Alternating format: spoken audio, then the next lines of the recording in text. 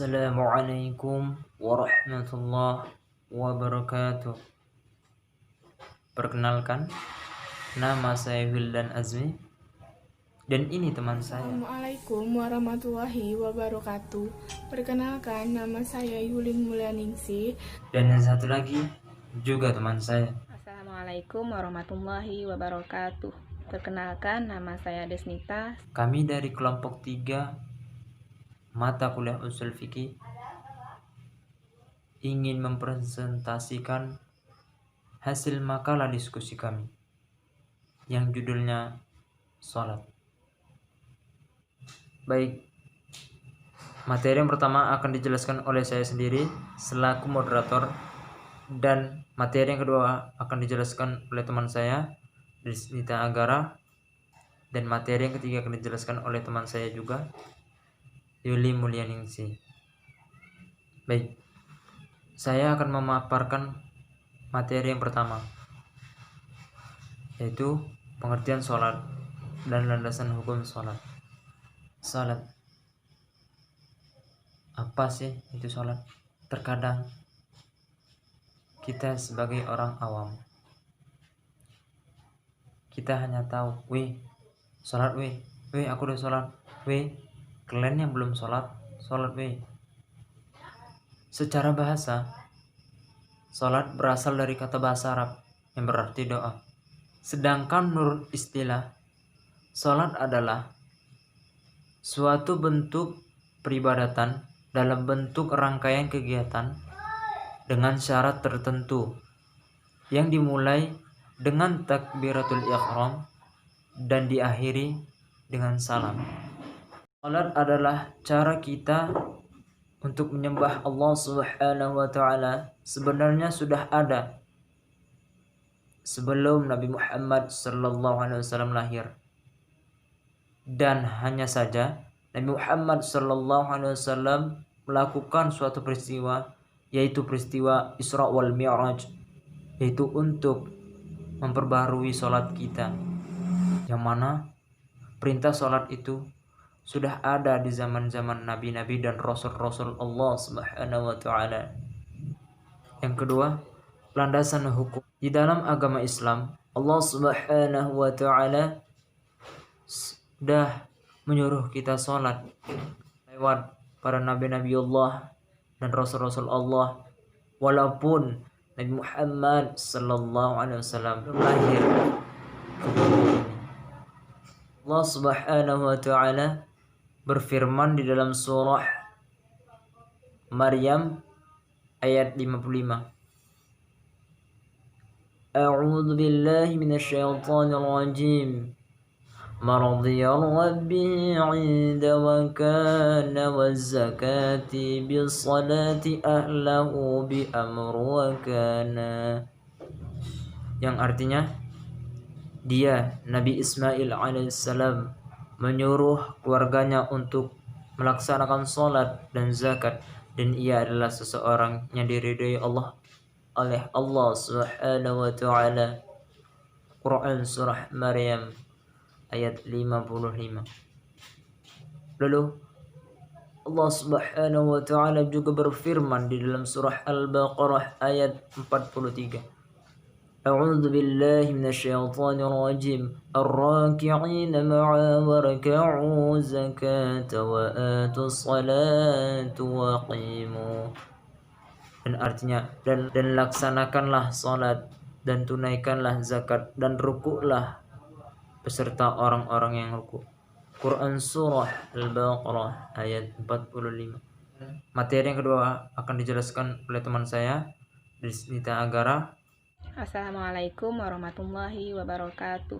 Perkenalkan, nama saya Desnita, saya dari kelompok 3. Baik, di sini saya akan menjelaskan di bagian rukun sholat dan sunnah sholat. Adapun rukun sholat tersebut terbagi menjadi 13. Adapun 13 tersebut adalah: yang pertama, berdiri jikalau mampu; yang kedua, niat; yang ketiga, takbiratul ihram; yang keempat, baca Al-Fatihah; yang kelima, ruku'; yang keenam, iktidal; yang ketujuh, sujud; Yang ke-8 duduk di antara dua sujud. Yang ke-9 tasyahud akhir. Yang ke-10 membaca bacaan di tasyahud akhir. Yang ke-11 selawat kepada Nabi. Yang ke-12 salam. Yang ke-13 tertib.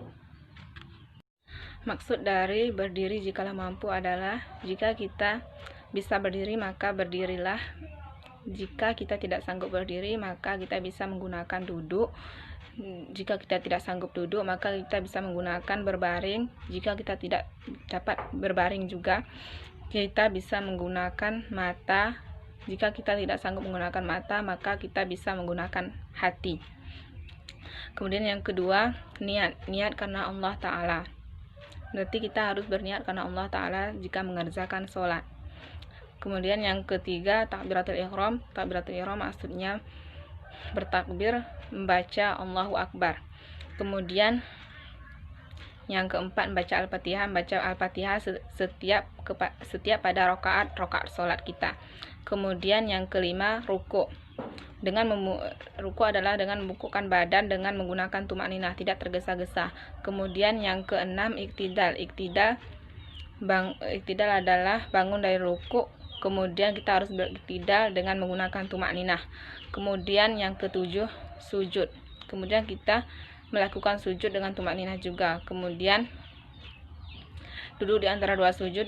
Di antara dua sujud adalah kita sudah melakukan sujud yang pertama, kemudian kita bangun, kita ingin melakukan sujud yang kedua lagi, kita harus melakukan duduk di antara dua sujud terlebih dahulu.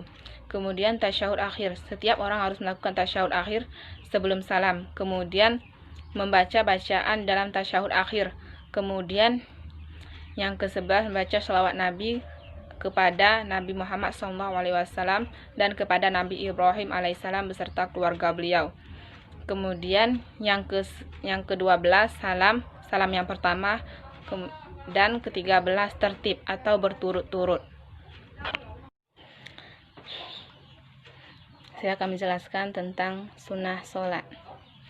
Sunnah sholat itu terbagi menjadi 13 perkara. Yang pertama, mengangkat kedua tangan. Yang kedua, meletakkan tangan kanan di atas tangan kiri.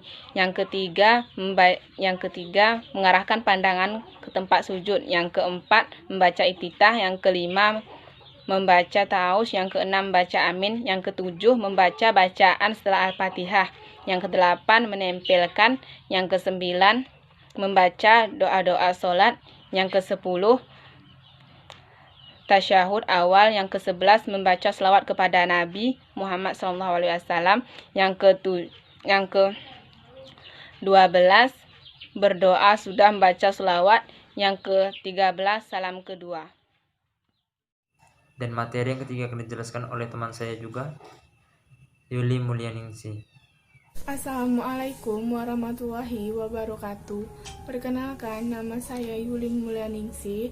Saya dari kelompok 3 Usul Fikih PGMI 3. Di sini saya akan menjelaskan syarat wajib sholat. Syarat wajib sholat ialah 1. Beragama Islam, 2. Baligh, 3. Berakal sehat, 4. Mumazid.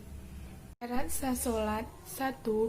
Suci dari hadas dan najis, yaitu anggota badan harus suci dari hadas kecil maupun hadas besar.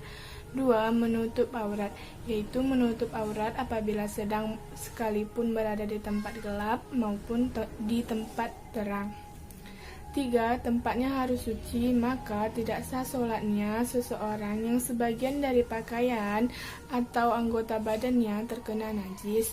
4. Masuk waktu sholat, yaitu tahu masuknya waktu sholat atau punya keyakinan sudah masuk waktu sholat. 5. Atau yang terakhir, menghadap kiblat. Baiklah, itulah hasil presentasi dari kelompok kami. Lebih dan kurangnya kami mohon maaf. Kepada Allah kami mohon ampun. Billahi taufiq wal hidayah. Assalamualaikum warahmatullahi wabarakatuh.